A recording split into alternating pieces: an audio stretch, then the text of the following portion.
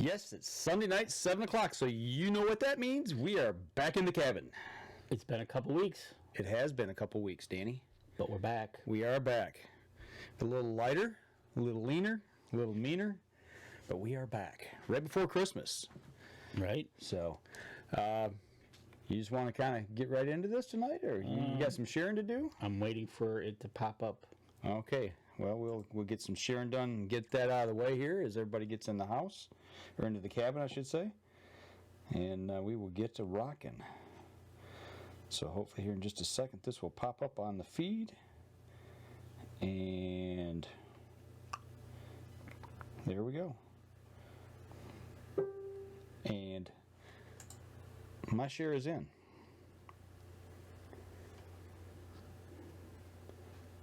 So you let me know when you are ready, my friend, and we will get rocking. Hopefully everybody's got their Christmas shopping done. We've got a few little things to do tomorrow night when I get out of work. Other than that, I think we're complete. The last package arrived at the door just about an hour ago. So Excellent. How about you? As soon as I shut my volume off. Yeah. Okay. So how goes it over at the default house? Have you all your shopping done? I think it's pretty close to all done. Okay. Good deal. All right, let me do my share. Courtney, hey, how you doing? Tammy, hey, how's it going? Mark Allen, hey, Mark, glad you could join in. I know you had some questions, so fire them away and we'll try to answer. We've got 14 people in the house already tonight, so everybody anxiously awaiting. So we will get going as soon as Danny gets those shares out of the way. We'll get rocking.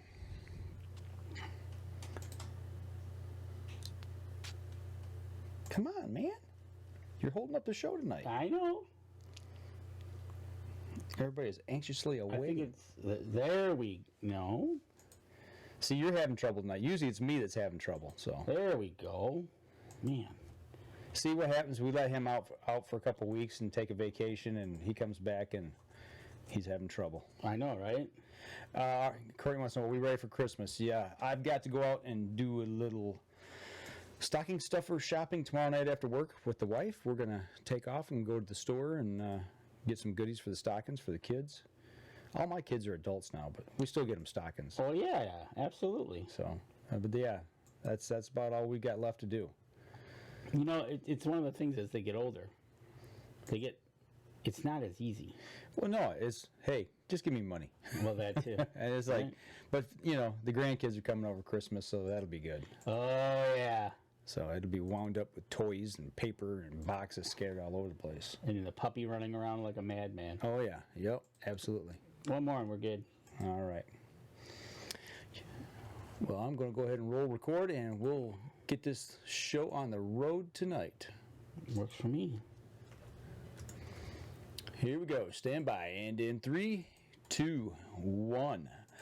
Welcome back to the Up North Journal, everybody. I'm host Mike Adams, sitting in the cabin tonight with Dan DeFaw. We've had a couple weeks off here. Actually missed one show, and we're back in the house right before Christmas, staring down the throat of ATA 2020. You ready for that trip? Yes. I am too, actually. I'm looking forward to it. That's always a good time. It's a grind. It's a long grind, but yeah, it's a good time. We got Adam Wynn on here that's asking us, do we ice fish? When we get ice, we do. When we get ice, we do. You know, we had, let's get a little sidetrack here right before we get going. But yes, I started thinking about ice fishing. I was actually going to take my grandson for his first ice fishing trip. And today I'm wearing, you can't see it right now, but I got shorts on because it's like 50 degrees here in Michigan. And earlier this week, up north, about 3 hours from here, it was -9 wind chill. So, right? What ice we got now, a little bit we had started is now gone. So exactly. But and Mark Allen says, love the Pigeon River hat. Yep, that's my guide's hat. So I got when I was up there. Jennifer Drake's in the house. Hey, Jen, thank you once again for all the help and all of the tips and tactics you give us, man. It was monumental in getting us to where we needed to be. So, but without further ado, let's get rocking here real quick. Danny, go ahead. Then real quick, Adam, wherever we can find ice.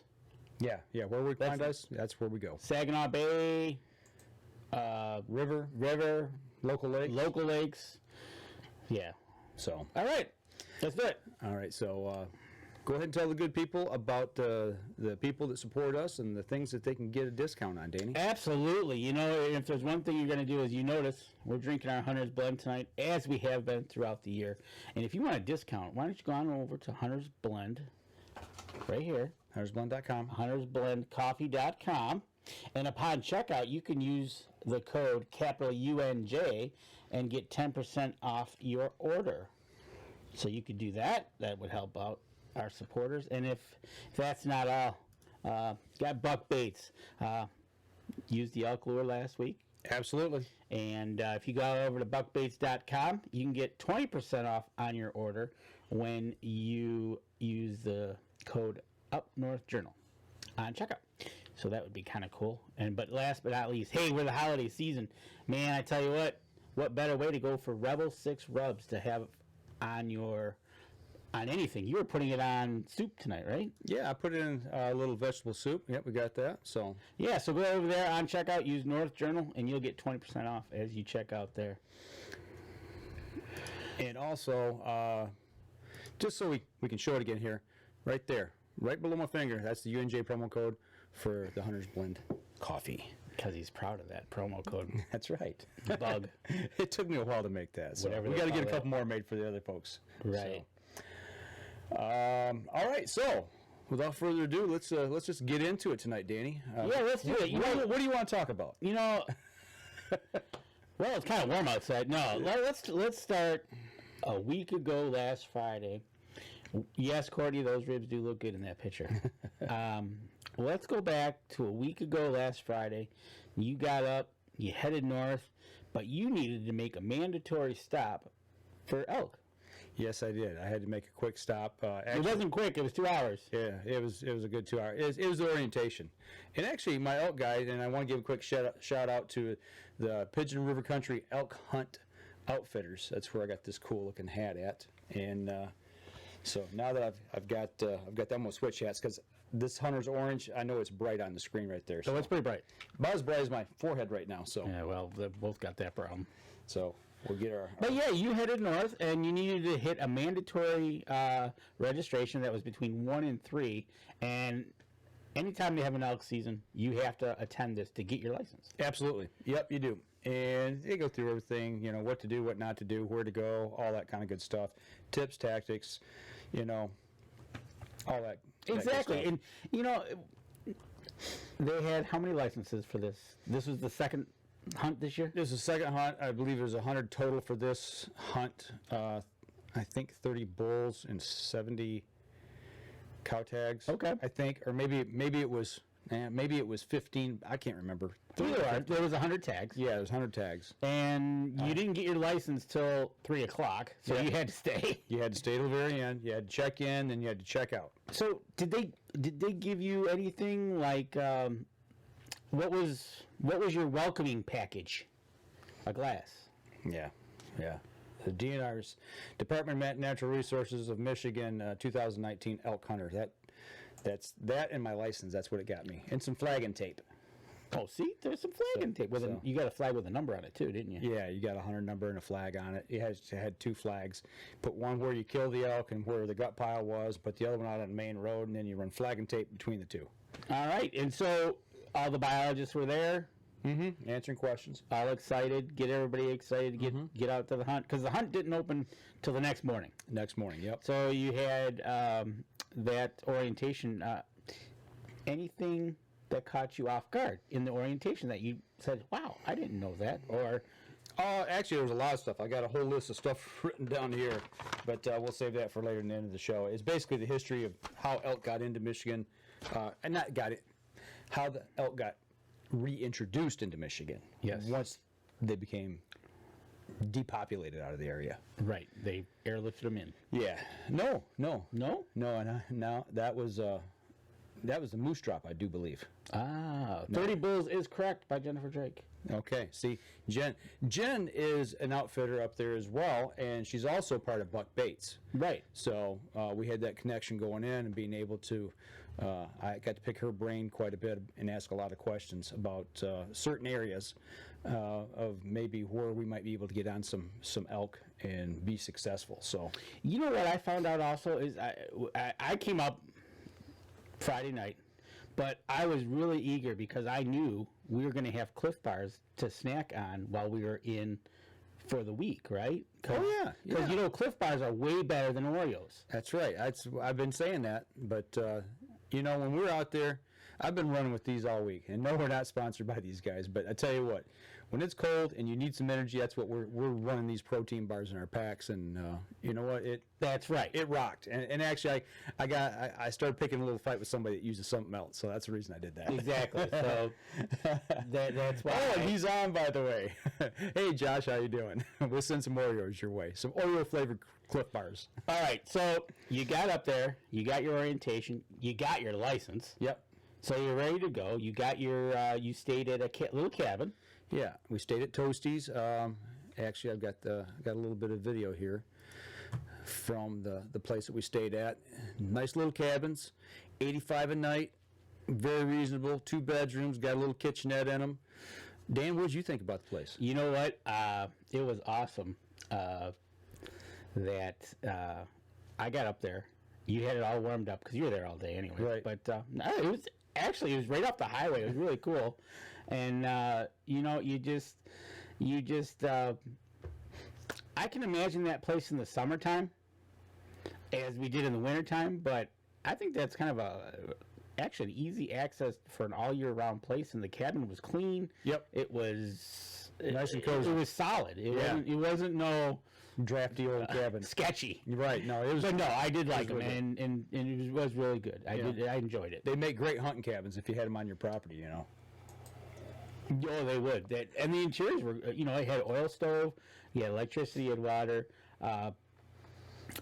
knotty pine interior, if I remember right. And Beds were comfortable. It was good. The whole It was nine really good. yards. Really great place. Yeah. So we're gonna in our show notes tonight. If you listen to the podcast, you go over and get those show notes if you're so inclined to want to check this place out.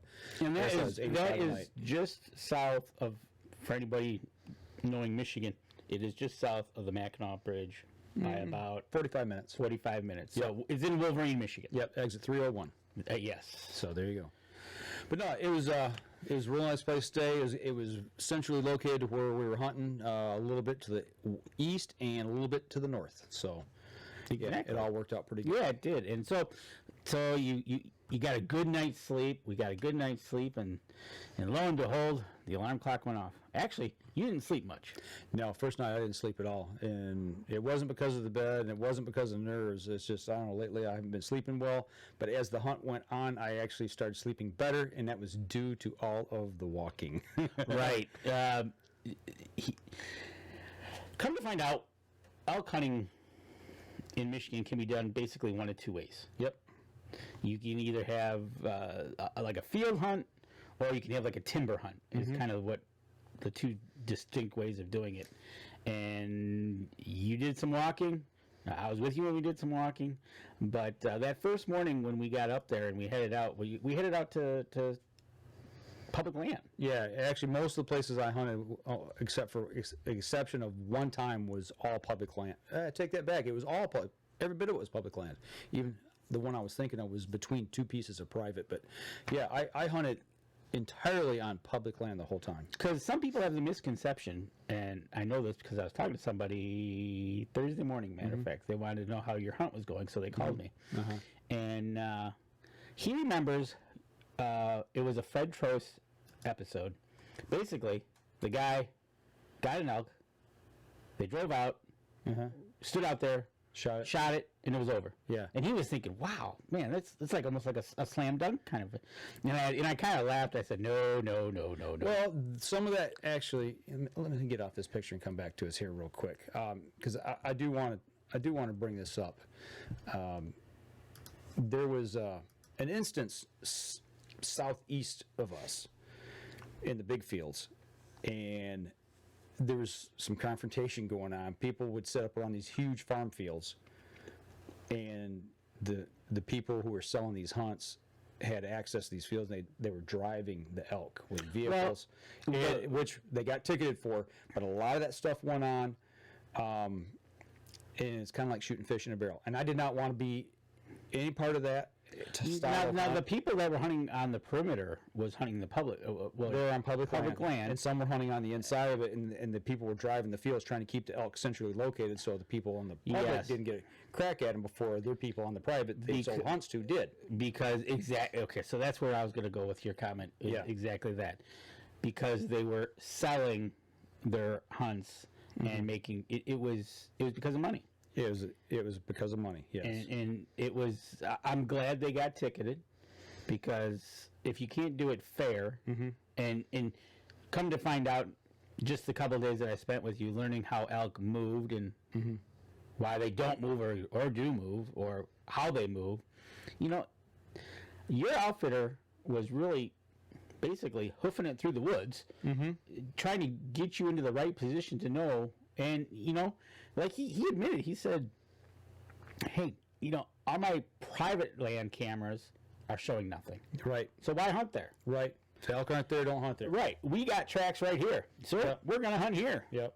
That works for me. And really, the public land we were hunting wasn't really pressured. We didn't see but maybe a couple hunters. And one of the things I was worried about going into this was also it was muzzleloading season. So I didn't know if we were going to be running into Joe muzzleloader for deer or Joe elk hunter for elk. So, we started in that first morning into the trail, and lo and behold, we had some guy flashing his flashlight at us. Right. Yeah. Now this is main road going in, and then after this we broke off on a 2-track, which you can see I'm coming out of right there on with the Jeep. But the 2-track, I don't know, Dan. What would you say about the 2-track?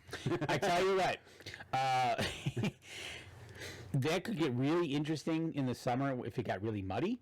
I've been caught in there before and almost didn't make it out. Right, because there was about 4 spots that had some holes in them that you ain't taking a car. Right. And you better have some kind of vehicle to get through them. But luckily, when I was up there, it was cold enough. It was kind of it was not semi-frozen. Yeah. Yeah, you could get through pretty easy. I bottomed out quite a bit though. Yeah, you did. And so, we headed in, and tell you what, driving in at night as opposed to, or in the morning in the dark, as opposed to driving out in the day or vice versa. Yeah. What a difference. Yeah, absolutely. First morning we got set up, there's a big elk rub right there on that tree to just left of center there. We spotted that right at daybreak where we were sitting. And we actually did a blind hunt. We carried a pop-up blind in and set on an opening just because we were running camera, and we decided it might be the best way to hide both of us. So that's kind of what we did. And that was kind of our location there. A little bit closer shot here. You can see. And I thought it was, not knowing what it was, I thought it was a decent spot. He had good openings. Yeah. We were sitting on the off to the side of a planted field, rye field, and then with the tree line, you can see down straight out in front of us, way out there, is the beginning of a swamp. And it was pretty heavily tracked up. Right. So. And like I said, when we first walked in, I was walking behind you guys because you guys were on the hunt, and we were walking in, and we had that guy shine us. He was in the middle of the field, and lo and behold, one of the first things that I learned, as you did, is with elk hunting, you don't necessarily have to go in at the crack of dark. Right. Yeah. And he actually he did say we probably went in too early. Right. And I was like, okay, I had to explain Yep. that you can catch them in the field as you mosey through. And if you walk in and it's dark and you can't see them and you can't shoot because it's not shooting time, you're busting them out. Right. And that was very interesting because, you typically with deer go in real early, let it calm down. Doesn't work that way for elk. That's right. And, of course, I could not get this out of Danny's hand. He wanted to spray perfume all over the place. So we had the elk urine cow estrus with us. And did it smell? I am not going to lie. Yeah, it did have a nice little pungent odor to it. So, and once again, as we said, we rocked with our Cliff Bars there. That with burning the calories of walking and trying to stay warm because it was pretty cold up there, especially the middle of the week. This is what I use out in the field with me on a continual basis, and it gets me through the day, and I love them. Yeah, it gives you that quick energy burst with some water, and you're good to go. And that's the thing. You sit there, and it wasn't too bad. It was Saturday. I think it was in the 30s, mid 30s, and it wasn't too bad. Sunday morning was a little chilly, and then after that, it just tanked. Yeah, I left the cold up there and came down here. Well, I'll tell you what, that kind of gets us through the first day. We didn't see anything the first day. So we saw tracks. We learned what tracks. We learned fresh tracks. We learned they're very social together. They walk in groups together, and their way they feed and how they walk a little bit, lay down. Yep. Get up, feed, lay down is interesting. So that really was our first day, and we put a few miles on that day. Absolutely. So I tell you what, let's step outside, take our first break. When we come back, we'll pick it right up with day 2 when Danny left, and we'll carry on the hunt. So we're gonna step outside. We'll be right back after this. Josh Hagerman, he's talking about. He says you mentioned walking. He says I'd be bringing a blind in too. You know, Josh, you have yet to hear how much walking we did. 32 miles. I put 32 miles in on 5 complete hunt days on foot. Drove about 400. So yeah, it's the blind setup's okay, but it's not like deer hunting. That was the thing I learned really quick. It is totally. And like Jennifer Drake says, a little different tactics with elk for sure. Yeah. Absolutely. Learn that. I mean, that was one of the first things we did in the first couple hours of talking with the outfitter of the morning hunt. Was like, I was starting to pick up real quick that this is not going to be your typical sit and wait. Right. Well, and here in Michigan, we've heard so many different stories about how elk are hunted. And you're talking, 200 people chosen for the whole season to go do this. We don't have a lot of exposure to this. No. So it's totally different. And if, one thing I would suggest is if you're a Michigan hunter and you draw a tag, do a lot of scouting early. If you're going to do it by yourself, I mean a lot of scouting. Have a plan going in. And if you're not, get with an outfitter that's from the area that knows the area. That's the thing. It like we discussed in the first segment, the different types of hunting. What a hunt are you looking for? I think you got the hunt of almost of a lifetime, really, because you went through so many different aspects of a hunt. You sat in a blind, hunted. You sat by a tree, hunted. You walked and stalked, sneak up on them. Right. So you basically went through all the different tactics, and you sit there and you go, wow, I didn't get nothing, but yeah, you did get something. Oh, I got a lot of knowledge. I tell you, let's get back into the hunt because I want to save that for the end about what we got out of it. Okay, here we go. Stand by in 3, 2, and 1. Welcome back. Second segment of the show. Hey, Rob Lee is on. How you doing over there, all the way over on the East Coast? Talking a little elk hunting tonight. Gary Johnson's on watching. And Josh Hagerman's asking, do people tree stand hunt for elk? And Jennifer said yes. Yeah, I would probably be more in the early season. And actually, we're going to have Jennifer on probably after the first of the year. And I'm going to talk a little bit about her hunt. And Jen, let me know before we get to your part when we hunted or tried to hunt with you that one day. I did borrow a few pictures of yours from your successful hunt. And if you'd rather me not show them, I won't show them. So just hit me up here on the chat real quick. But we want to contrast the early season's early fall hunt versus that late season hunt. That's what I was asking about too. Because your outfitter was more than willing to answer any questions, and we didn't know. Right. It was like, well, so what's the difference between now and back in September, right? Yeah, you got to ask a lot of questions, ask a ton of questions. But we got into day 1, really didn't see anything, got on a lot of tracks. Was day 1 when we actually did the spot and stalk when we cut a track? Yes, day 1 was. So this is one of the things that happens. We finished up the morning hunt. We did a little walking in the area, found some tracks, found some fresh tracks, stuff like that. We're like, okay. So the outfitter says, hey, let's go to this other spot and we'll go look. We were over there and they actually saw some elk over at this other spot. And we were on our way over to there. And we come around the corner and all of a sudden, almost like every track, he stops in the road. Mm-hmm. And he's like, well, here's where they crossed. They crossed, and it's been about an hour. So he said, I give them about 400 or 500 yards. They should be in there. Laying down. Yeah. Do you want to go after them? He being totally professional. He wasn't telling you. He was giving you options. Yeah. Yeah. And I always said, he said, what do you want to do? I say, well, what would you do? right? You did say that a lot. And so we decided that one. You said, you know what? Let's go after them because it was. It wasn't late. It was around noon. Yeah, so let's go after them. So we backed up the vehicles, parked, Best we could. you know, Didn't block the road. right, lightened up our load, Yeah. you know, stripped down a little bit because got a little sweaty walking, and we found the tracks and we started in. Yep. And we got a little too close. On that one, he was just about, he turned around to me and he's like, okay, hold up just a second, and slowed us all down. And then he turned around and he took about 3 or 4 more steps and he was looking up. You could see him like looking around a tree, and all of a sudden you could see that look. He's like, you could see him sink because at that point I looked up and I seen, which was probably a herd of 15 to 20. I seen the last 3 and they were starting up the hill. So that was the funny part about that whole thing was he was projecting an hour ahead of us, give him 400 yards. Well, they weren't even 200 yards. Yeah, they're about 200, 250 away from us, and we got too close too quick. Yeah, they made it actually to the first ridge, and that's where they stopped. Yep. Which was kind of, again, elk. Yeah.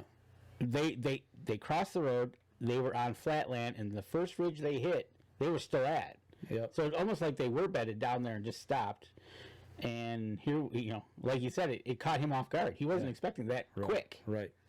So that was first day. The end of the first day, we sat in another field towards the end of the day. Didn't see anything there. Second day though, we actually went in and we got lied to by another outfitter. No. Kind of suckered us. We were hunting in a series of 5 fields. You know, from the first being closest to the parking area all the way to the back, which was about 2-mile stretch. And we'd seen him in the parking lot that morning, said he was going all the way to the back with his hunter. And in reality, he set up on field 2 and blocked us out. So we could have been jerks. Which is where we wanted to go, and I didn't want to bust through and ruin the guy's hunt. So we turned around, and actually we set up halfway between field 1 and 2, and we got into some thick stuff and set the pop-up blind up again for Danny's last time sitting with me.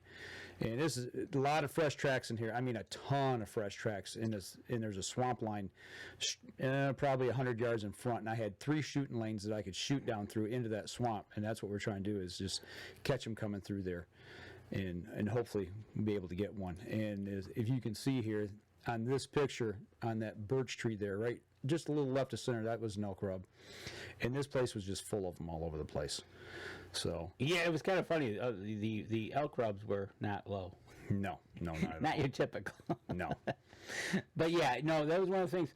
This setup that you're showing there, and it was very tight quarters, and it would have been some. I wish we'd catch one coming through, because it would have been kind of fun trying to shoot through those lanes. Yeah, it was tight, but you know, it was fun. We had a good time in there. Now that was pretty much the end of that day's hunt. Danny had to go home. So we pulled out, got him back to the cabin, and then got him packed up and sent him on his way. And you know, I was just like, let's just take the day, let's kind of regroup, get our thoughts together, get a plan together for the next morning. And then Danny took off, and then took off to back home. So that was the end of day 2, and then day 3. To me, this was one of the coolest moments of the hunt for me. I don't know if it was the best, but it was pretty doggone good. So this is a clear-cut opening to the left and to the right, and it's a section that the state had just bought, 640 acres. And if you look just to the left of that last pine tree there, in the group there in the middle, we got in that morning, and all of a sudden I hear clack, clack, clack, clack, clack, clack, clack, clack. And I look over at my guide's nephew, and I kind of ran my hands together like this, like, you know, 2 antlers fighting. Right. And looked at him, you know, and he's like, yeah. And all of a sudden heard it again.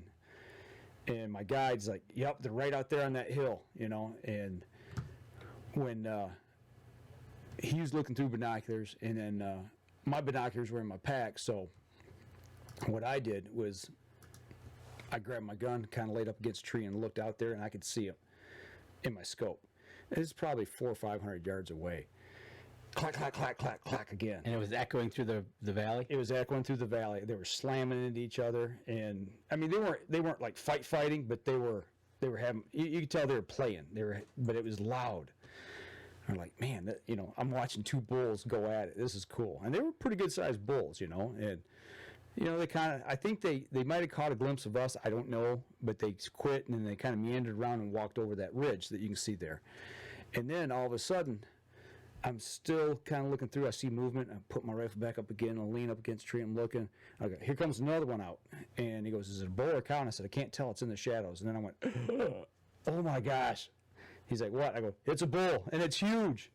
This thing was like what you see in the movies. It was a Christmas tree, eh? It was incredible. I couldn't count points. He was far away, but he was as far away as he was. You knew that was the boss. So this is the funny part about this whole story is, you just seen 3 bulls, and no cows.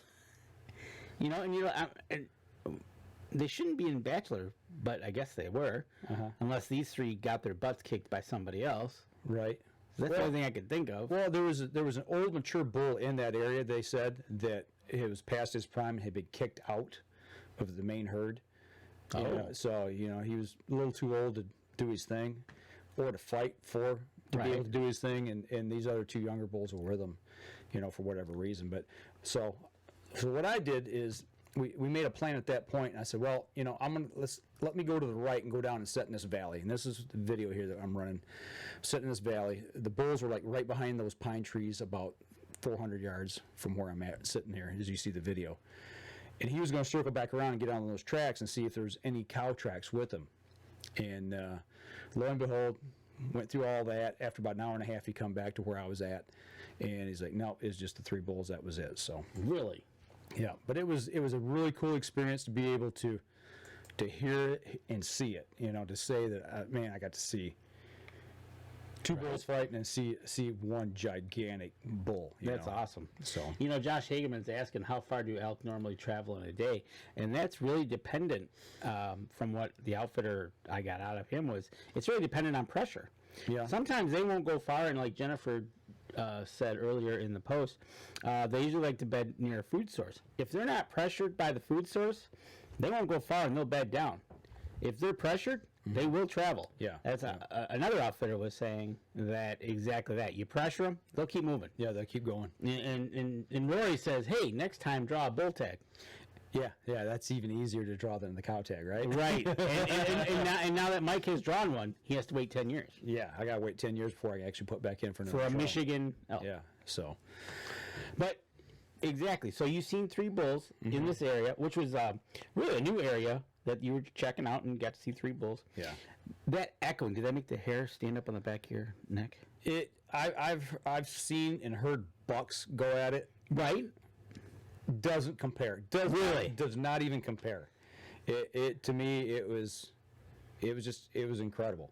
That's the one thing I think, and I wish I had the camera. I almost took the camera with me that morning, but my guy was carrying my pack, and I didn't want to put extra weight on. Right. And I'm like, am I really going to sit and try to run a camera and get on if I had an opportunity and try to shoot? And I was like, no, I'm not going to screw this up. No, you wait too long for something like that. I could have got my cell phone out, but you couldn't have seen him with a cell phone. So, and that's another interesting tidbit here. In Michigan, you get drawn. It's like hitting the lottery, basically. Well, we met another hunter on walking the trail that he had his buddy with him, and he was I put in one time and got drawn. Yeah, and I've been putting in, I think, 22. I think it's 22 years. Right, and his buddy goes, we won't talk about that. Right, so it happens. It is. It's a lot of.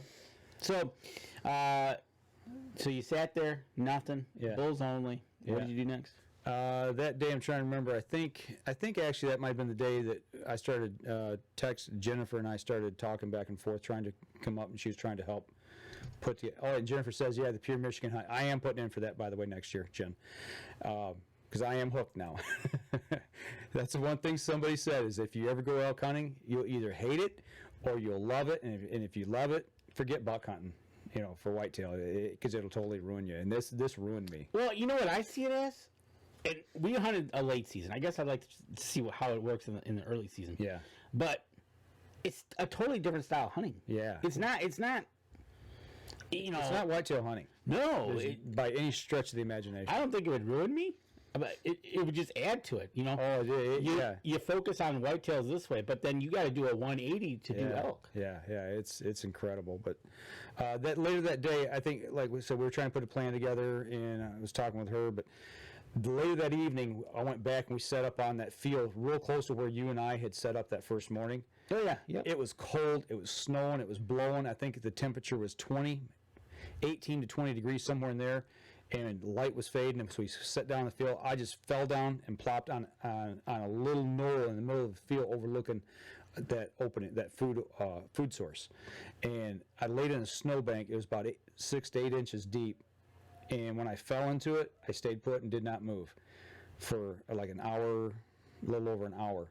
And all I had on was my base layers, and I had my scent lock hoodie on, and my gloves, and my scent lock pants. I had my heavy pants on, but I froze.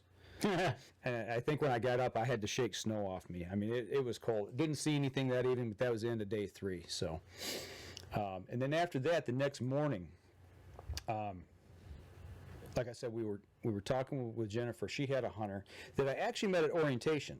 Oh, okay. He sat right behind me, and we started talking, and I found out his guide was Jennifer Drake, and we started talking. I said, made the connection and everything, and then she said, well, I got him, we got him set up for in the morning. Why don't you come out with me, and you and your guide, and then once he shoots, she says, all those cows stand around usually in the bulls, and for a few minutes before they take off, and that way you can get a shot.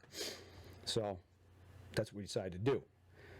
So we get over there, and I always run through everything in my head, usually when I go on a hunt, and try to make sure I've got, you've got everything in your backpack, you've got, your ammo, you got your gun, yada, yada, yada, and break it all down. We get over there, and she gets out into the field to go check to make sure that the elk are staged where they're supposed to be in this field, okay? And I'm sitting in the parking area with the hunter. And I'm like, just go through my stuff one more time. I'm going to say this, and you're going to say, how in the H-E double hockey sticks did you do this? But I forgot my hunting license. So I'm sitting in the parking area, and I don't have my hunting license. The day before, after the evening of sitting out in the cold, I said, stop, got gas. I'd switched out of my clothes, got into my regular street clothes, and I carried my credit card with me in my hunting license pack because we were doing so much traveling and driving that I thought if we're out and I need gas because we're so far back in, I needed to keep my tank full. So I got gas, and what I do, I stuck it back in my pants pocket. When I got back in the cabin that night, obviously I left my pants there. Next morning, put my hunting clothes on, and that's how I forgot it. And I was like, oh my gosh. So it happens, people. And, I always go through my mental checklist. That morning, before I left, I did not check. I was kind of need your license. Yep. So we ran back, and I made it back to my cabin and back to the parking area before shooting light. So then I had to stand and wait to go in until they shot because I didn't want to go in and bust. Right. She's like, well, let's try this. So yeah, okay, that's the only shot I got now. So let's make the best of it. Yep. So I heard him shoot, and then I went in, and he took him a couple more shots to put him down. And by the time I actually got out there, the elk had moved out of the area, and that was that. So, but how did he do? What did he score? Well, this is the bull he shot. Nice 6x6, beautiful Nice. elk. And in the photo is Jen, his guide, and our friend, and I would say co-worker with Buck Bates. Is that? Yeah, we'll go with that. Are we workers? We're workers. Yeah, Worker bees. sure. Okay, I don't know what we're called, but yeah, this is the bull that she put him on, and I mean, what a magnificent animal. Once in a lifetime, right? Yep. So, yeah, this guy, obviously now he's taken his bull So he's done in Michigan. I mean, He's done for life. once you draw a bull tag, you're done. But can he get another one through the pure Michigan hunt? Yes, you can still do Okay, that. Yeah. so Yep. but he's got, and like you said, that's he's got some nice back scratchers there, as they call them. Right. And Jennifer there put him on. How many was in that herd? There was about 20, 25. Well, I actually, when they were coming out, I stood back and peeked like over a little rise, and I was watching after the first shot. When I heard all this going on, when I heard that first shot, then I started walking out, and I stopped and I watched it all unfold. And there was the bull he shot, which was by then was in the back. Then there was 5 bulls in front. Then there was a space and another group of 6 bulls, and then another space with about 5 or 6 other elk that I couldn't tell because they were so far away. Really? Yeah, and those were the cows, and I guess there was another group beyond them. So, Dang. yeah, she was spot on, So, That's awesome. How far did he shoot? Do you know? Right at 400 yards or 400 yards. Yeah, Wow. heck of a shot. So. Reach out and Touched him. touched him, eh? Yep. No doubt. Yep. Dang. So, yeah, it was pretty cool. It was like watching a movie. I mean, honestly, it was like, I'm like looking over here at the bull, and then I'm looking at him, and bang, you're just back and forth, and all of a sudden, I watched him kind of meander off, and then they said, "Come on down," and I walked down to where they were at, and I had got my binoculars up, and I'm watching as he goes over this rise and just kind of disappears, and they were getting ready to track. Actually, she was out looking for blood in the middle of the field and got on the track real quick, and at that point, it was like, okay, so what do we do now? Do we set up here, or do we, go with them and see if they're still with them? It was just, there's a lot going on at that point. So we backed out at that point, and we decided, let's let them take care of what they got to take care of. Yeah, because after you shoot one, it's a production. Because like we said in the beginning, you had instructions of when you got your elk, what you needed to do. Yeah, there's a whole series of things you got to do, calling the DNR and flagging everything, and going through that whole process. Then you got to take it in, get it checked in. They got to do an examination on it, and it's just a whole myriad of things. So, at that point, I thought, well, let's just go ahead and we'll pull back out of the area because there's going to be a lot of commotion going on anyway. And then we went back over to the Pigeon River area where we were at. But this was up this was, I don't know, north of Indian River. It was a big chunk of state land that was. And just to finish that thought, there was 75 total in that group, with 25 bulls. Others were cows and juveniles, and he shot it at 409 yards. 409. Okay. So there's the tail of tape. That's a poke. That's a poke. That's a long poke. Could you have done it with your gun? My gun could have done it, but the cowboy behind the gun couldn't have done it. Okay. I could effectively. I was effective. I'd only practiced at 200. I know you did. Yeah. That's what I'm asking. I was hitting at 200. I might have stepped it to 250, but beyond, I wouldn't have been comfortable taking a shot like that because I've never shot that far. The only range that we have here in this area that's got any distance is the club I belong to, and it's 200 yards. The next nearest one, I think is up towards Reed City, Lake City. Lake City, and then there's a public one in Alpena that's 600. Oh yards. yeah. So, but I've never shot there. I would love to, but it's like when we talk archery. You shoot your effective range. Don't shoot past what you feel comfortable with taking game. And some of these guys are shooting like Denny Steiner shot an elk at 105 yards with a bow, right? Because he can. Exactly. That's the whole point of when we talk and we talk to people when they're pulling off these what you would consider miraculous shots of 100 yards with a bow or 400. They've practiced. They're comfortable with it. Yeah. We shoot 100 yards with our bow now. This last year, we started doing a lot of target shooting. But would I take an animal at that? No. But we can shoot that far. Right. So, but yeah, I don't think I would have, 250 would have really probably been my max. So. That's fair question. But, I tell you what, let's take our break here, take our next break. We come back. I want to finish up day 4 because it was a pretty cool place where we wound up at the end of the day. So we're going to step outside. We'll be right back after this. Don't want to run these segments too long tonight because I think we're probably going to go a little over tonight. You think? There's a lot to talk about. A lot of things that, I mean, we could really dive deep into the weeds on that. Oh yeah. And maybe when we have Jen on, we'll do that too. We'll get a little more into some of the other nuances of the things we experienced. Well, that's why I want to have Jen on too. Is having Jen on, and she can go over the nitty gritty details that she can enlighten us with.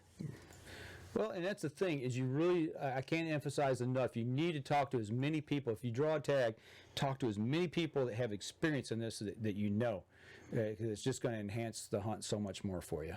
Oh, see, they're right there. He hunts out west for elk. Who's that? Jennifer's. Oh, okay, yeah, that's right. Yep. So he was very comfortable in doing that. Taking a long shot. Right. All right. Okay, here we go. Stand by. 3. What gun was he using, Jen? And 1. Yeah, I don't know what kind of gun he was using. Oh, it was a 300 short mag. Was it? Yes. Okay. 3, 2, and 1. Welcome back. Next segment of the show, third segment. Sitting here talking about the end of day 4 on my little trip up north. Will. Yeah. It was a lifetime hunt. It was. There's so many things that, like I said, that we need to throughout this winter. I'll remember something and bring it back up and talk about. But at the end of day 4, like I said, we went back over to the Pigeon River area and we walked. We decided, well, let's go back to Field 5, all the way to the back, because my guide hadn't been back there in years, and he said, I'd like to kind of go back and refamiliarize myself with it. He said, let's go see what kind of tracks were. Let's see why that other guy blocked us on Field 2. Because obviously there was something there. Well, that's another thing we found out when talking and listening and talking to other guides and how things work. You take everything with what anybody says a grain of salt. Yep. And then you go from there. You go and find out your own conclusions because exactly what you're about to say. Yep. So anyway, we got our feet going again, and we walked all the way back. And when we came out back to Field 5, it opened up into a valley. This was just a really, really cool place. For me, it was almost like a spiritual moment. It was just so pristine. And obviously, we don't have mountains here. We don't have the big, huge valleys like they do out west, but it kind of reminded me a little bit of when I was out west in Colorado back in 2008. It kind of had that same feel for whatever reason. But we sat on a little knoll for about 2 hours, and we just kind of hung out and chilled out. And here's a shot looking down the valley. This is just to one side of it, and the Pigeon River was down in that bottom somewhere, down that way. The actual Pigeon River. Yeah, we didn't get down into it all the way, but it was you could tell just by the way the land was laying that that's kind of where it was. And here's a quick little video of and it was this was which day was this? This is day 4. So it was a little chilly. Yeah, this was right before the big storm moved in. Okay. Yeah, on day 5. What was really day 5. But, yeah, we sat up there until evening, and then we hiked it all the way back out. But it was just, we didn't see any elk here, but it really kind of looked like there would be a lot of elk in there. And what I really enjoyed is, and I haven't really said a whole lot yet, that my guide is... Actually, we kind of grew up together. He actually lives down the road from me. Right. Our families grew up together, and like I said, his dad and my dad co-owned a piece of property together up north, and his dad still owns it. And that's close to the same area where I shot my first buck. But we sat up here on the hillside, and we talked, and we talked about hunting, we talked about life, we talked about just any and everything. And it was a real cool moment to be able to kind of catch back up again and just share a little bit of time up there on the hillside. And what you did, you overlooking the valleys and everything of Michigan. That's you don't get a lot of time to do that, just to sit and basically hear nothing because it's so quiet. Yeah, well, I was sitting there, and I was thinking, I'm sitting on that hillside, and I'm overlooking the valley, and looking at the pine thicket down below and the swamp area, and the wind's blowing, and there's grass sitting there flickering, and I'm just kind of like watching this one little blade of grass do its thing, and I kind of got mesmerized for a minute, and I'm thinking, people don't ever take time to slow down and stop and look at just something so simple in life, just a blade of grass blowing in the wind and the snow, and all of a sudden 10, 15 minutes pass, and you're like, You don't get this back here in Flint, Michigan, Some people in the city. are afraid to slow down like that, which is kind of sad. They always got to be busy. They always got to be doing something. They always got to be going somewhere. You know what? Stop. In this case, stare at the grass, and especially up there, because there is nothing. There, you might hear a plane. You definitely not going to hear a car too often. No, didn't hear any cars. Heard a bird. There was a bird. A couple birds flew around. You might have. That was it. I heard a gunshot. Those were few and far between. They were. I think we only heard about 6 or 7 the whole time we were up there. Yeah. So here you got Mother Nature at its finest in its winter setting, and you're overlooking this, and you're able to talk with basically a grown-up, childhood friend. Yeah. And reminisce, and man, that's awesome. Living down the road, we talk, 3-4 times a year, because busy. I'm working, traveling. Beep the horn, drive by, see him in the yard, mow in the yard. Same, he sees me. And that's really about it. Right. Because we're so busy. But we got to spend that time together. That couple hours just kind of catching up on things and talking about our dads and swapping stories and hunting philosophy and just life philosophy. It was really cool to be able to stop in the moment and sit back, decompress, watch nature, and just kind of catch up, and be human instead of being in a rat race. And to me, that was what the trip to me kind of rejuvenated me. I was able to stop and breathe again. It's something we hadn't really talked about. We talked about all the walking, but I had 5 total hunt days, because that was the end of day 4. Day 5, it was 9 below wind chill. I did not go out of the cabin that day at all. It was so cold. We had the storm blow through and dump 6-8 inches of snow on top of what was already there. And the wind was howling, and the elk weren't going to move, so we just hunkered down that day and stayed in. But I had 5 total hunt days, and I walked 32 miles. 32 miles and 5 hunt days. I lost 10 pounds, and I never would have believed I would have lost 10 pounds when I came back home that evening after I shaved. It took my hair 9 out. pounds of hair. 9 pounds of hair. But you're right. But I lost 10 pounds. You sit there and that was in a week, and you wouldn't even known it if your watch wasn't telling you it. Yeah, I had it on, because we do the workout, and that's the other thing. Danny and I, we've been working out now 15 months. Had the last 2 or 3 months, I've just kicked it in high gear. I've really worked hard. I've done a lot of running. I've done a lot of treadmill walking as well.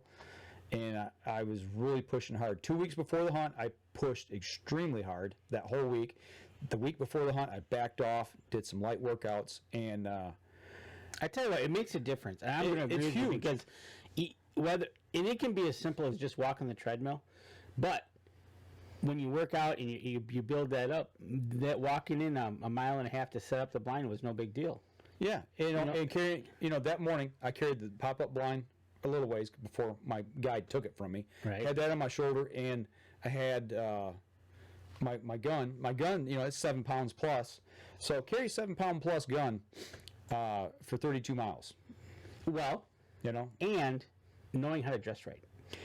That was the other key. That's a key factor in this whole thing, because you and I basically, we went out in our base layers. Yeah. We attached everything to our backpack, and it was boots and base layers. I don't have my stuff still strapped to my backpack. My backpack's sitting over there, but I would actually take my pants, my scent lock pants, and my scent lock jacket, and my scent lock hoodie, and I'd roll them, and I'd strap them to the outside of my backpack, and then I had my scent lock base layers on. And I'm going to tell you, I'm pushing scent lock here, but I'm telling you what, you got to play scent control with these elk. When you're walking in the winter and you're walking miles, like our 5th hunt day, which is day 6 really, we walked 2.5 miles in to get to a spot. 2.5 miles, right? And the snow was anywhere from 6 to 9 inches deep. Now, you do that in the dark, and you got a time deadline. When you park, you've got to get from A to B, and you got to hoof it. Right. You don't want to sweat, but we did. I did break some sweat. Absolutely. Even in my base layers. You end up having to be just sheer distance. Yep. Because you're motoring through. 6 to 9 inches of snow is like walking in sand. It's like it's got that resistance. Yep. It's not, you're just not hopping and bounding through the woods. Right. Yeah. And not only that, it's not all flat land. You're uphill, downhill, uneven terrain. And I'm telling you, if you guys are going to do something like this, make sure you put the time in to work out if you're going to do a walk-in style hunt or a timber hunt where you've got to put miles on to get to a place. Because the first day when we got in that night, I laid down in bed and my calves just twinged just a little bit. We put 5 miles on that day. I had a little flinch, and I'm like, okay, I'm probably getting dehydrated. Drank some water. I was fine for the rest of the hunt because I kept hydrated, drank a lot of Powerade, and drank water, along with a lot of Hunter's Plain coffee. But you gotta get your liquids up. that's right. But you got to keep your electrolytes up, and keep your liquids in you to keep from getting dehydrated. The last day we were hiking out, the very last hunt that morning, and I was probably a quarter mile from the Jeep, and all of a sudden my calves started grabbing, and they weren't cramping, but I was like, You feel them. they were They're catching, starting, right? yeah, they were starting to burn, and I'm like, yep, I'm waxed. And so I made it through, Right, and not for the working out, you'd have been in bad shape. Yeah, I can't stress enough. You got to be prepared for something like this. But so, getting back, we stayed inside for day 5, day 6, which was our 5th hunt day. That morning, we knew we had a long walk. And the night before, I kind of planned it out. When you don't have a coffee table, because the cabin was small, I improvised. I drug in my cooler, and I used my cooler top for. It made a great table. I don't lie. So had my map out there and got all my gear spread out, and we put a plan together for the next morning to get out and hit it hard. But it was up in that same area where I watched that gentleman take a bull with Jennifer. But our idea was, okay, because the way we came in that day and set up, it wasn't going to be able to make it happen, and we needed to come in around the backside and set up. Okay. Because I wanted to get to where I couldn't take a shot like he did, and it was really open. So what I want to do is get into a ditch line where Jennifer had told us we need to be, and there's a rock pile there. We need to get on this rock pile, and she said they'll cross within 100 yards of you. When they get done feeding, hits first light, they're going to come right across out of that section of corn, and they're going to come across that field, and they're going to cross that ditch line, go right back into the woods. So that's what our mark, what we were trying to hit was. And by the time we got daylight, we were at the edge of the woods, at the edge of the field that had the ditch. And it's like, you can see here, Danny, I'm at the edge of the farrow field. Right. And about 400 yards in front of us there is the ditch line. And I was like, there's no way we can cross that opening. We got to stay here. So we stayed back by the woods. The day that gentleman shot his elk, when I watched him walk off that field, they were walking to the back corner, and that's where we set up. Okay. So 2.6 miles to be exact, is where we set up. And then at one point, I pushed it out a little bit, got up behind a fence post and posted up. And my guide was walking down through the tree line. He was going to walk down and see if he could see the elk over in that next field beyond the ditch. And needless to say, that whole morning, the elk weren't in there. They still hadn't got back there because of that previous cold morning, is what we figure, or cold day. Okay. They just figured they hadn't made the big circle to come back around and get back where they were. But we went and actually started walking or driving around. We drove all the way around this huge, a couple big sections of land of state. And this little track here is the same track we walked on, but we were walking, like, I'm looking the direction that we were walking from, and that trail came across probably about 3 miles. Okay. So we walked probably 1.5 miles on that trail towards where I was standing. That open field right there, we could actually see at one point when we were transversing from one track to the other. So, I mean, it's a long way. It's a lot. And the elk would come back through this back section, circle around to go to another place where they were clearing, had a clear cut, and there was fresh treetops. Ooh, dinner. And we tried to set up in there too, but we couldn't get back there because they were working. Oh, okay. We couldn't. We tried twice to go in there, and the workers, they just had equipment in the way, and we couldn't get through. But yeah, we drove back around to this section and got back in there, and we walked it and, tried to see if we could see anything back there. Didn't see a lot of fresh tracks back there either. And it's just, I mean, you can see it's big land, big open spots. So after that evening, we was like, okay, well, where are we going to go? So, I said, well, let's go back over near where I shot my first buck. Okay. So, which is in the Green Timbers area over in the Pigeon. And this spot where we set up is on a cornfield planted by the state as well. And we sat there for the evening. And this is about a mile from where I shot my first buck.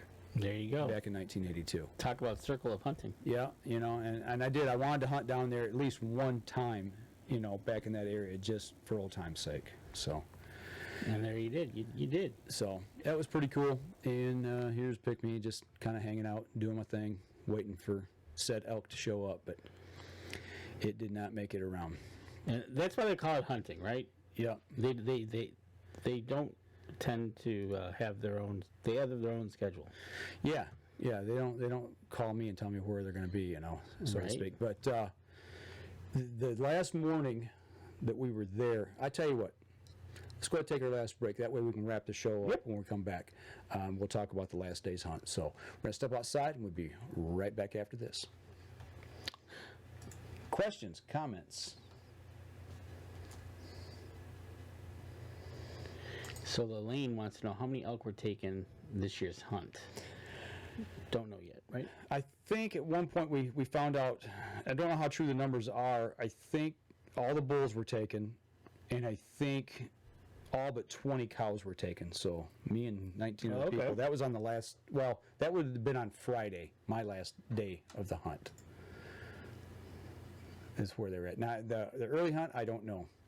And Jennifer says, she gave us a pretty good idea where all the cross spots were. She did, and that's the thing, and I can't say enough about Jen. She really gave us good intel on where to set up. It's just, like I said, that next day we went out, we were a little late trying to get to where we needed to be, and I didn't want to bust that area out. So and it's timing's everything, right? Timing's everything, and especially when you're hunting an area that you've not been in before. You just don't know. You just don't know what you're up against until you get out there, So that's why I say, if you draw a tag, get out and scout. I can't emphasize that enough. And that's even having a guide. We wound up in an area that we weren't familiar with. Yep. So that's just the way it happens. All right, here we go. Stand by in 3, 2, and 1. Last segment of the show, wrapping up on the last day of the hunt. Last day of this past week's hunt for you. And even going into the last hunt, I mean, I seen elk. I seen that herd we cut a track on. I seen the last 3 of that. I seen those 3 bulls, 2 of which were fighting, and then I watched that hunt with her hunter unfold, and I seen that big herd, the tail end of that herd, and seen elk. Yeah, you saw them. And I had days I didn't see any, and I was still very optimistic, because I knew where we had to be. And one thing that we were conversing back and forth through was the Hunt Stand app. It's an app that I've got on my phone, and that's one she uses as well. They have a free version of this that I use, and what was nice is you say, okay, you need to go to here, and here's how you access to get to here, and screenshot it, sent it to me. I looked at it, pulled it up on my map, looked at it. Okay, here's how we get in. Here's where we're going to go. Here's where we're going to park, and here's where we got to get to, and here's the trails to go there. So that's that. Having that kind of info in your hand, it got to have a phone signal, obviously. Yeah, that's another thing. But it was a powerful tool to be able to communicate and then actually see where you needed to go and see that satellite image. So we knew we had to get to the ditch line. We had to get to where this rock pile was going to be, and we didn't get to it that second to last day. So we left a little bit earlier, got in there a little earlier, took a little different way to get in. It was faster, but it's a little bit harder because it was shorter distance, but snow. Right. So the trails weren't quite as good. But anyway, we got in there about 15 minutes before shooting light. I'm like, okay, we're good. Get into the ditch line. Like, okay, I think this is where it's at. This looks like there's some rocks here, a couple old tree stumps, and some other stuff. And I think this, it was a pile. Like, I think this is where it's at. Kind of look where we need to be. Sat down, got all set up, waited for shooting light. Kind of waited. Half hour goes by, 45 minutes. Gets to be closer to 9 o'clock, and it's like, man, what happened? So my guy said, well, I'm going to get up. I'm going to walk out around the back edge of this ditch line because, weeds were a little bit tall. So right. You can kind of hide and get down by it. And he said, I'm going to go down here and I'm going to see if I can peek over and see if I can and get to that corn and see if that elk crossed over onto the private, because we're right up against some private land. And he was checking it, getting ready to check it out, and he walked about 200 yards, and all of a sudden my watch beeps, and I got it tied to my phone, and he's texting me. He's like, the elk are down here. I'm like, giggity. Right? Game on, let's go, So I'm like, this is going to happen. So I just get up, I leave my pack, I just grab my rifle, and I'm walking down through the ditch. Right, absolutely. And we get down there to where he's at, and all of a sudden he's right next to where this big pile of boulders was. That's where we were supposed to be. Wrong. Okay. We were at the wrong pile of boulders. Well, we were in it was kind of a, like I said, stump right. stuff, in the other one. It wasn't the right spot. We should have been 200 yards down the ditch line. What we didn't know is looking, we're looking this way, and the ditch is, we're in it, so the ditch is running this way. If you look down, that field does a gradual climb, and then it rolls off. Okay. And there's a big dip, and then it comes back up. And what those elk did is they came down through that low spot. We never seen them cross us. Oh. They crossed the ditch, and we didn't even know it. Had we been on them boulders, I'd have had about a 100-yard shot. So when he saw them, they'd already gotten through, and we're back by the tree line. Okay. So that was the end of the hunt. Well, again, that's why they call it hunting, right? Yeah, I was just out of position just a little bit, so. And they didn't stick to the plan. Well, they did, actually. They were by the if you would have been right rock pile. It's hunting, but looking back, I wouldn't trade that hunt for anything. It was really, I wouldn't say life-changing, but it really invigorated me. It really challenged me. It left me with lasting memories. I got to see animals fairly up close. Before this hunt, I'd only seen 6 elk in my life. One being when I shot my first buck. Oh yeah, that's right. Yep. That big bull was running with it right in that same area. And then a couple of years ago, I was up north with Jacob, my youngest boy. We were fishing before he went away to college, and we saw 5 that day, in the middle of the summer, out milling around. But before that, I got an opportunity, and that's the one thing my guy, he kept saying, man, I'm sorry, He did keep apologizing, but you kept saying, all I look for in a hunt is an opportunity. When I buy my license, that's my opportunity. Yep. And the hunt is what the hunt is. It unfolds. And how many times do you hear people going out to Colorado on an elk hunt, and it takes them 5, 6 trips before they ever connect? Right. It's not a slam dunk. No. That's why I call it hunting. Right? Yeah. It's that's the whole point. Is they use the valley system that all the time there. See, and that's one thing. Okay, so here's one thing Jennifer's pointing out is one thing about having a good guide is exactly what Jennifer said. Somebody that it's knows important for the guide to do their scouting and know the herd. Yep. Right. So, if you're going to use a guide, it's very important that the guide does their homework as well. Right. And one thing we didn't know, the small local herd that we were going to hunt on private land, the land that my dad used to own with his dad, yep. Those elk, there was like 6 of them there. There was a 1 bull and 5 cows. Well, what we didn't know, and we didn't find out until the morning of the last hunt, his dad found out and got a call, said, yeah, one of those cows was killed on I-75 last Friday.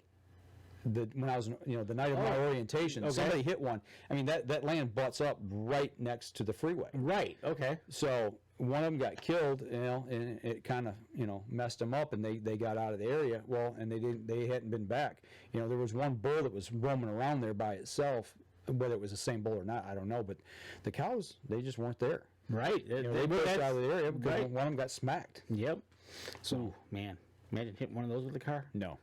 Ooh, no. But there's just a lot of cool things. The walking, being able to do it, pushing through and persevering, and I guess that's the other thing too is when you've got a task ahead of you. Like that day we had to push in over 2.5 miles one way. It was like you don't think about the endurance, you don't think about the distance, you think about I got to get there. I got to get there. You've got something in front of you that's pushing you and driving you, and you put all that.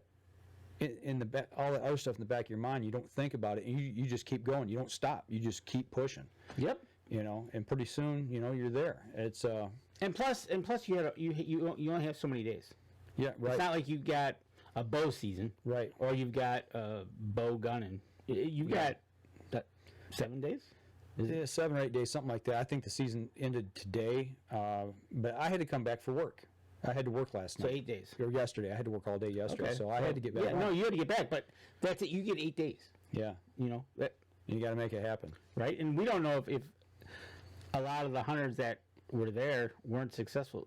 Were they there all 8 days, or maybe they only had a few days? We don't know. The one guy, when I was hunting green timbers, I talked to in the parking lot. I was actually talking to you on the phone. Yeah. And he come up and we started talking there at the truck in the parking area.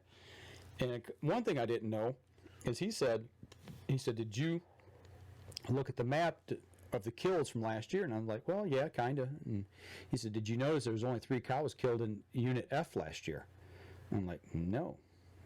And that kind of shocked me. That was my unit. Right. So there's only 3 killed, which I thought was kind of odd. And then I got to thinking, I remember in orientation, they were talking, the DNR said, they planted more fields to the east because they're trying to draw the elk away from I-75. They're trying to draw that herd further east. Right. And get them away from over close to the freeway. So that's the reason that a lot of those fields that we were hunting those first couple days were planted in the early season. Like, I think somebody said one of them had buckwheat in it. There was no real forage, not a lot of forage there for winter feeding.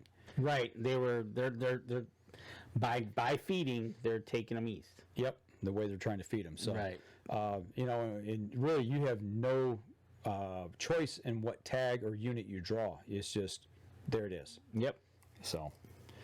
Well, it is what it is, but you got a chance to do it. Yeah. And I tell you what, I'd do it again in a heartbeat. I would love to go back up there and do more scouting and looking just for my own sake, in the years to come. And if one of my kids gets a tag, could I guide? I could get them up in the area and go, yeah, okay, this is how we found elk last time. You'd have to spend some. I'd spend a lot of time. I'm not saying I could guide. I'm not saying that at all. But I'm saying at least I have a small amount of knowledge to get my foot in the door, to be able to help somebody, and then get them in touch with somebody up there, like my guy Mike or Jennifer. Yeah, no, definitely. That's the thing. You got your foot in the door. We both got. I wasn't hunting. I was with you, but just that little bit of knowledge that it's not like whitetail. Mm-mm. And you had a great place to stay at Toasties, and I finally found out that a sturgeon can be thirsty. Yeah, the thirsty sturgeon. That's the place where we eat a couple nights. Little bar and grill. I didn't believe it, but we went there. For those of you who don't know, sturgeon is a fish that's here in Michigan. It's actually a prehistoric fish. Right. And it's basically a dinosaur. It is a dinosaur, and they called it the place was called Thirsty Sturgeon. Right on the Sturgeon River. Right.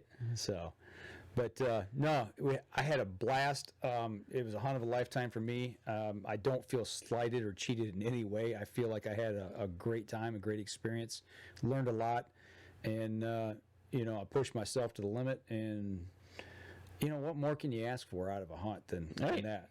If you weren't going to be successful, you got the full experience. The one thing we didn't show, I want to show right now. So we got a cabin. You're hunting all these days, and you're like, well, how in the heck you said you're walking and sweating. How do you keep your clothes clean? Oh yeah, laundry. This is how we do laundry. There's the little stove in front, the little black thing there in the distance, but there's the Oz by Scent Lock. I'd fire that thing up, spread my clothes all out, and that's the way that we do laundry. I tell you what, you do that. It's an amazing little unit. Or there's also the one you can use in your car. Yep. You can use that in the car too. Yep. You can use all these because they're all portable. Yep. And yeah, you just let that go for a little while. The one in the car, if you've got food smells or anything like that, or musty clothes smell, just plug it in and Fire it up and let it go, and shut the doors. a little while it goes away. Yep. So that's how I did laundry while I was up there. You know, I think the keys, the big takeaways from this: Scout, know your guide. I think that's huge. I think validating your guide is a huge one if you're going to use one. Yep. You know, and I knew the guy I chose to go with was I've known for my whole life. You know, he's a little older than I am, but like I said, we Right. grew up and worked together. You know, so, but yeah, know your guide. Do a lot of scouting. Get in shape before you go on your hunt. And Right, and the thing about being in shape, Jennifer did mention about the early season, which is September. She said that one was hot and hard to hunt. So not scent only control is even bigger there. plus the heat that you know your body works up heat and everything, being in shape and not running the risk of a heart attack. Right. Taking water, consuming water. Lots of water, because here you're at the other opposite end of the spectrum. Yep. Cold, but you're still sweating. Yep. But you got to keep in shape because you're still walking. Yep. Use your our buck bait scent breaker we've got. We use that. Use your scent control clothing. You use scent blocker. I use scent lock. Yeah. An Oz machine to do the laundry. I think those are some key things that you really need to think through. Absolutely. It's and that goes for any game animal that you're out after. But like Mike said, if you're going to do the guide thing, validate your guide. If you're going to do it on your own, even if you're going to have a guide, it's probably best do some scouting. And another thing I'd say is with your guide, you got to trust your guide. You might think you know. But the guide on the ground, who's got the boots on the ground and doing the scouting, you got to trust him. He says, we need to go, we need to break here, we need to go do this, or this is the spot we need to do, this is how we're going to trust your guide. That's right. There's a reason. There's a reason why. It wasn't with. It's just I've heard some horror stories. Yep, so totally. You got to trust your guide. So that's you got to be on the same page. And now you're back here ready for Christmas. Yeah, I'm ready. I'm ready for ATA, man. I want to go try out some new PSE bows. We will be shortly. Matter of fact, this is our Christmas show, and next week is our end of year show. That's right. So I think we're going to try to talk to Ken. We're going to try to get Ken on. He got a doe. See what else I know he was out again muzzle loading, I think last night.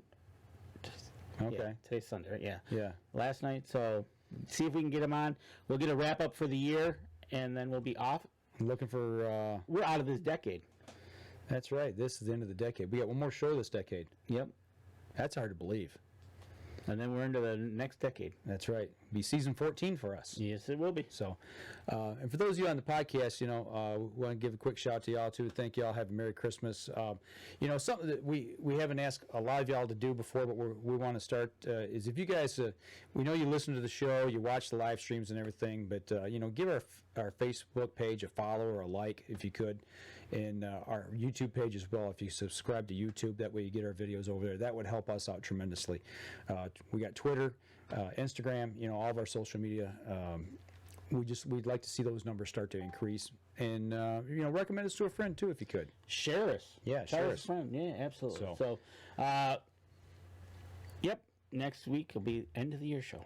All right, I tell you what, we're going to wrap up the podcast portion right now, but we'll stay on for the live stream for a few minutes here, answer some questions if you got some. So for those of you on the podcast, that'll do it for us this week, and may y'all have a very Merry Christmas. And if y'all got some questions, go ahead and fire away. Any comments? We'd be glad to entertain a few minutes here and chit-chat with you if you've got anything good. Even if you don't, you just want to say, hey. Hey. So, and Jen, if you're still on, thank you for your input tonight on the Yeah, show. and we're definitely going to have you on probably depending on how the new decade starts.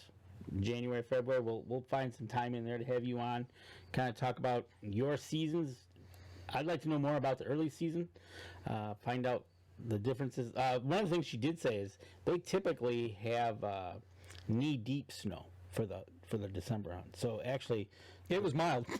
it was mild. So I can only imagine if it was, imagine it was that deep going through the woods and stuff, Oh, man. right? You'd have been. Oof.